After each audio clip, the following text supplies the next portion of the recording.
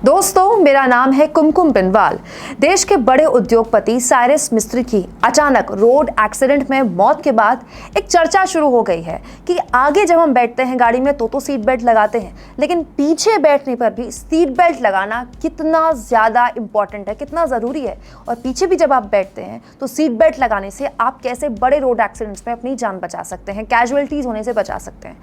तो इसी को लेकर केंद्रीय मंत्री नितिन गडकरी का एक बहुत बड़ा ऐलान सामने आया। दोस्तों, नितिन गडकरी ने साफ कर दिया है कि अब बहुत जल्द सरकार ये नियम लेकर आएगी कि जिस तरह से आगे सीट बेल्ट नहीं लगाने वालों को चालान होता है, वैसे ही गाड़ी के पीछे जो लोग बैठते हैं उनके सीट बेल्ट नहीं लगाने पर भी अब चालान होगा।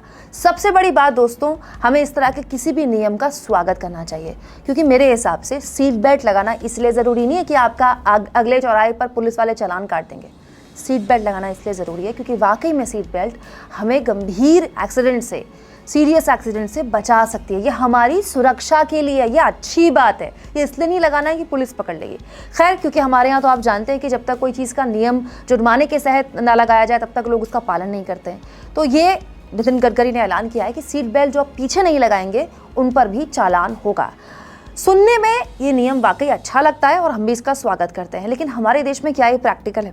दोस्तों, हमारे देश में गाड़ी खरीदना आज भी एक लग्जरी है और मिडिल क्लास आदमी जब एक गाड़ी खरीदता है तो उसके लिए एक बहुत बड़ी चीज़ होती है गाड़ी खरीदना। सालों वो उसका इंतज़ार करता है और एक मिडिल क्लास आदमी 4-5 लाख की गाड़ी मुश्किल से खरीद ले तो उसके लिए बहुत बड़ी बात होती है, वो भी वो EMI में खरीदता है।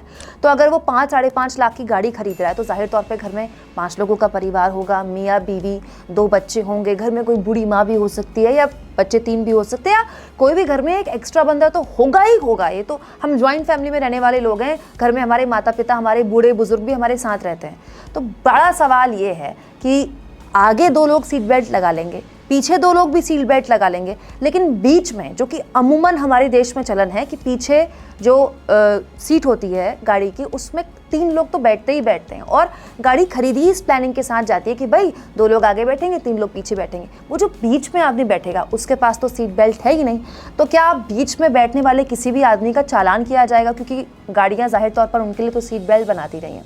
दूसरा दोस्तों, मैं पहाड़ से आती हूँ और टूरिस्ट प्लेस, चाहे कोई भी टूरिस्ट प्लेस हो, वहाँ टैक्सी ड्राइवर्स के लिए जो सवारियाँ होती हैं, लोकल सवारियाँ और जो टूरिस्ट होते हैं, वो एक बहुत बड़ा आय का ज़रिया होते हैं। जैसे मैं आपको बताऊं, मेरा बचपन गुजरा है टाटा सुमो में। हमने पहाड़ में बहुत सफ़र किया। हम लोग रानीखेत जाते थे, भवाली जाते थे या अल्मोड़ा जाते थे, तो हम टैक्सियों में जाते थे और उस वक्त टाटा सुमो चलती थी। अब भी इस तरह की बड़ी गाड़ियाँ चलती हैं, उसमें पीछे कुछ लोग बैठते हैं, पीछे कम से कम 4 लोग बैठते थे और उसके पीछे भी 2 सीटें लगा दी जाती थी जिसमें 2-3 लोग बैठते थे। तो इससे जो लोकल टैक्सी वाले हैं उनका भी गुजर बसर होता था और जो लोकल लोग हैं और टूरिस्ट हैं उनके लिए भी सस्ता ट्रांसपोर्टेशन होता था।